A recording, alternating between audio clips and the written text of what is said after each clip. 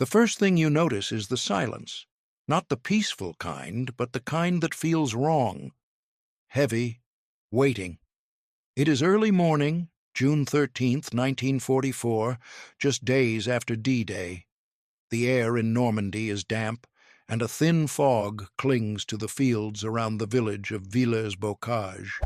British tanks sit hidden along the hedgerows, their engines off, crews barely breathing. Somewhere beyond the trees, something is coming. You can almost feel it before you hear it. A low, steady rumble, metal moving with purpose. If you want more content like this, subscribe now and comment below. And then, through the mist, it appears. A German Tiger tank, massive, slow, unstoppable. For months, the Germans had laughed at British Shermans, calling them Tommy Cookers, easy to burn, easy to kill.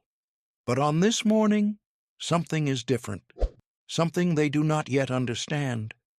Because among those British tanks, one carries a secret weapon, and within minutes that secret will begin hunting tigers.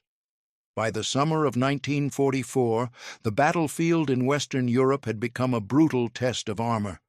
The German army still relied heavily on powerful tanks like the Panzer IV, Panther, and the feared Tiger I. The Tiger, officially known as the Panzerkampfwagen 6 Tiger AUSF-E, had earned a reputation that spread fear across Allied forces. Its thick armor, up to 100 millimeters on the front, made it extremely hard to penetrate. Its main gun, the 88mm KWK-36, could destroy enemy tanks at distances where they could not even fight back. British and American tank crews knew this all too well. Many had seen their Shermans knocked out before they could even fire a shot. The Sherman tank, officially the M4, was never designed to fight Tigers head-on. It was reliable, easy to produce, and good for supporting infantry. But in a direct fight, it was outmatched.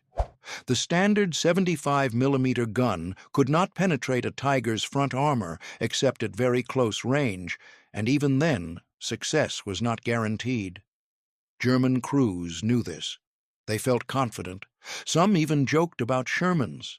They believed no Allied tank could challenge them directly. And for a time, they were right. But behind the front lines, British engineers were working on a solution. They understood the problem clearly. The Sherman needed a stronger gun, not just slightly better. It needed something that could actually kill a Tiger from a distance. The answer came in the form of the 17-pounder anti-tank gun, one of the most powerful guns the British had at the time. It had already proven itself against German armor when used as a towed gun. The challenge was fitting it inside a Sherman turret.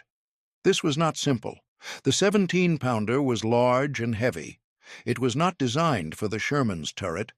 Engineers had to make changes, including turning the gun sideways in its mounting and redesigning parts of the turret interior. They even added a counterweight at the back of the turret to balance the long barrel. The radio had to be moved out of the turret into an armored box at the rear, which changed how crews communicated inside the tank. The loader had less room to move, and the crew had to train again to handle the new layout. The result looked slightly different from a standard Sherman, but not enough for an untrained eye to notice. This modified tank became known as the Sherman Firefly. The Firefly was not produced in massive numbers. In fact, it was deliberately mixed in with regular Shermans, usually one Firefly for every troop of 4 tanks. This was done to hide its presence. The Germans quickly learned to fear it, but at first they had no idea which Sherman carried the deadly gun. From a distance, they all looked the same. That confusion would become one of the Firefly's greatest strengths. Before the Firefly arrived, British tank crews often relied on tactics instead of firepower. They used speed, flanking, and teamwork. Infantry support was critical. Air support helped when available. But against a well-positioned Tiger, even these methods could fail. Reports from North Africa and Italy had already shown the problem. Shermans were being lost at an alarming rate in encounters with German heavy armor. British command understood that this could not continue into the invasion of France. The 17-pounder changed the balance. Its armor-piercing rounds could punch through the Tiger's side armor at over a kilometer. With specialized ammunition like APDS, even frontal armor could be challenged under the right conditions. However, early APDS rounds had accuracy issues, especially at long range. Crews had to learn when to use standard armor-piercing rounds and when to risk the newer types. It was not just about having power, it was about knowing how to use it. Back in Normandy, June 1944, British armored units were pushing inland after the initial landings. The countryside was difficult. Narrow roads, thick hedgerows, and limited visibility made every movement dangerous. German forces were quick to respond. Among them was one of the most experienced and feared tank commanders of the war, SS Hauptsturmführer Michael Wittmann of the 101st SS Heavy Panzer Battalion. Wittmann had already destroyed over 100 enemy tanks on the Eastern Front. He was confident, aggressive, and highly skilled. On June 13th, near Villers-Bocage, Wittmann spotted a column of British tanks and vehicles moving through the area. Without waiting for orders, he decided to attack. His Tiger moved forward, its engine roaring as it broke through the quiet morning. One by one, British vehicles were caught off guard and destroyed. Shermans burned along the roadside. Half-tracks and carriers were torn apart. The German attack was sudden and devastating. The road through Villers-Bocage became a narrow killing zone. British units from the 7th Armored Division, the famous Desert Rats, were stretched out along the road, not expecting such a direct attack. Vehicles were hit before crews could even turn their turrets. Some tried to escape into side streets. Others were trapped. Smoke filled the air, and the sound of burning fuel mixed with shouted orders and radio calls. The confusion was complete. British crews scrambled to respond. Some tried to reposition. Others fired back, but their shells bounced off the Tiger's armor. It seemed like another one-sided fight. Another moment where the Tiger ruled the battlefield. But hidden among the British tanks was a Firefly. Trooper Joe Ekins of the 1st Northamptonshire Yeomanry sat inside that Firefly. He was the gunner, focused, steady, and waiting for the right moment. His commander, Sergeant Gordon, understood the danger. They could not rush. One mistake, and they would be destroyed like the others. They waited for Wittmann's Tiger to expose itself. Inside the Firefly, the crew worked in silence. The loader held a 17-pounder round, heavy and solid, ready to be pushed into the breach. The driver kept the tank steady, barely moving, using the hedgerow for cover. The commander scanned through his binoculars, tracking the Tiger's movement. Every second felt longer. Every sound outside carried meaning. They knew the Tiger's gun could end them instantly. At around 9:15 in the morning, the opportunity came. Wittmann's Tiger moved into a position where its side was visible. That was the weak point. Even a Tiger had vulnerabilities. The Firefly's 17-pounder gun could exploit them. Ekins aimed carefully. The distance was about 800 meters. Not too close, but well within range for the powerful gun. He fired. The sound was sharp and violent. The shell struck the Tiger, penetrating its side armor. Smoke and sparks burst from the impact. Before Wittmann could react, Ekins fired again. Another hit, then a third. Within moments, the mighty Tiger was disabled. Flames began to rise. Wittmann's attack had been stopped. In those few seconds, the balance of power shifted. The unstoppable machine had been stopped by something the Germans had underestimated. The idea that a Sherman could kill a Tiger was no longer theory. It was real, and it had happened in the chaos of battle, under pressure, with lives on the line. German crews began to realize something new was on the battlefield, something they had not prepared for. Word spread quickly among German units. Reports came in of Shermans with long guns knocking out heavy tanks. Commanders issued warnings: identify these tanks, destroy them first. They began to study their silhouettes, looking for the longer barrel or the slight change in turret shape. But in the smoke and movement of battle, this was not always easy. The Firefly quickly gained a reputation. British crews trusted it. They knew it was their best chance against heavy German armor.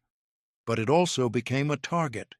German tank commanders were instructed to identify and destroy Fireflies first. Once spotted, a Firefly would often be the first to receive incoming fire. To reduce this risk, British crews used camouflage. They painted the front of the gun barrel to make it look shorter. They used shadows and positioning to hide the length of the barrel. They positioned Fireflies carefully, often slightly behind other tanks, using cover and distance to their advantage. The goal was simple: stay hidden long enough to fire first. Across Normandy, from Caen to Falaise, Fireflies proved their value.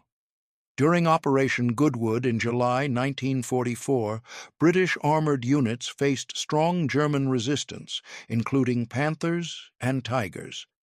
The open ground made tank combat more likely. In these conditions, the Firefly's gun became essential. It could engage enemy tanks at longer distances, reducing the risk to its crew. During these battles, coordination became key. Tank troops learned to work as a system.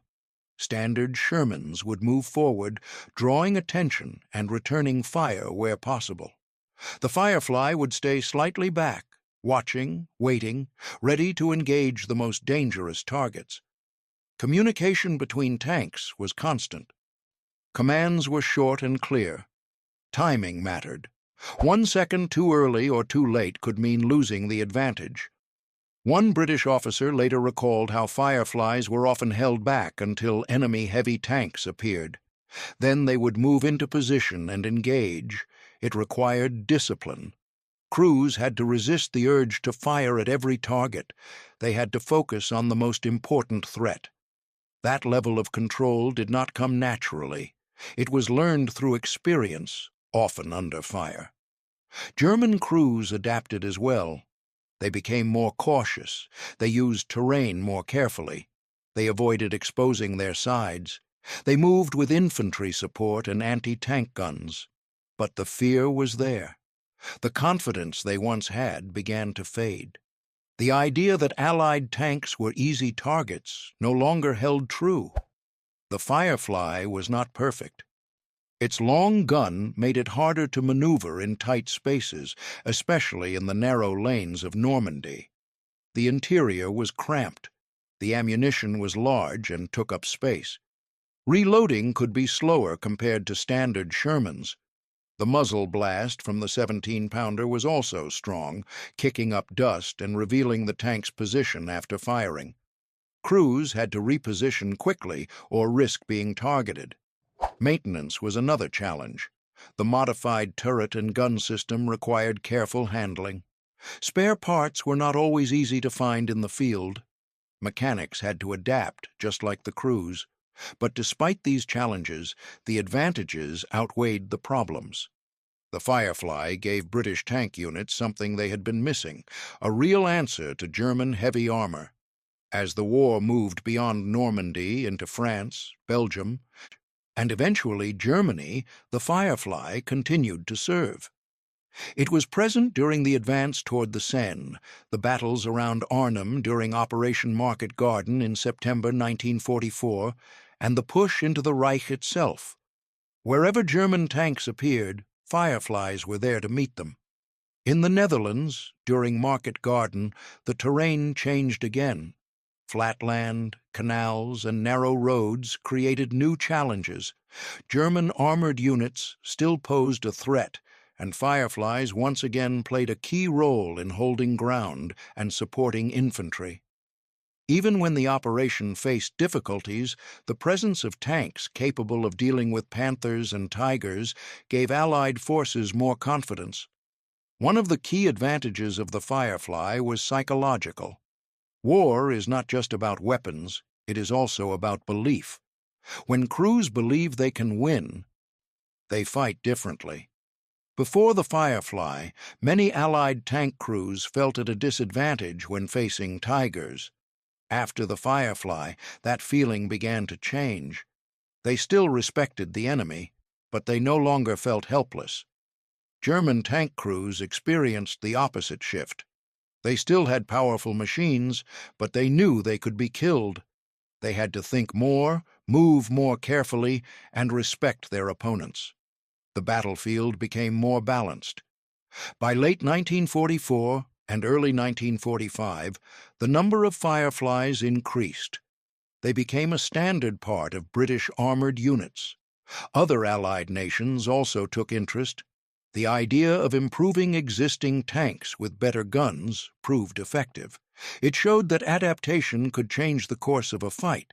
At the same time, the newer Allied tanks like the British Comet and the American M26 Pershing began to appear, offering improved firepower and protection. But the Firefly remained important because it was already in service and available in numbers. It filled a critical gap during a key period of the war.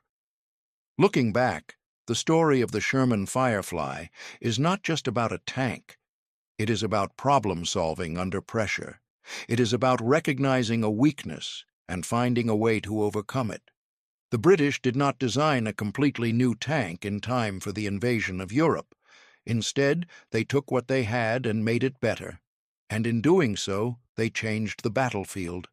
That quiet morning in Villers-Bocage was just one moment, one engagement among many, but it captured something important, a shift, a realization. The Germans, who once mocked the Sherman, had encountered something they did not expect. A Sherman that could fight back, a Sherman that could hunt. You can almost imagine the tension in those seconds before Ekins fired. The stillness inside the tank, the focus, the knowledge that everything depended on that shot. And then the sudden explosion of action, the crack of the gun, the impact, the fire. Moments like that define history, not because they are loud or dramatic, but because they change how people think. After Villers-Bocage, after Normandy, after countless battles across Europe, the Firefly earned its place. It was no longer just a modified Sherman. It was a symbol of adaptation and resilience. And for the German tank crews who once laughed, the battlefield had become a much more dangerous place. If you want more content like this, subscribe now and comment below.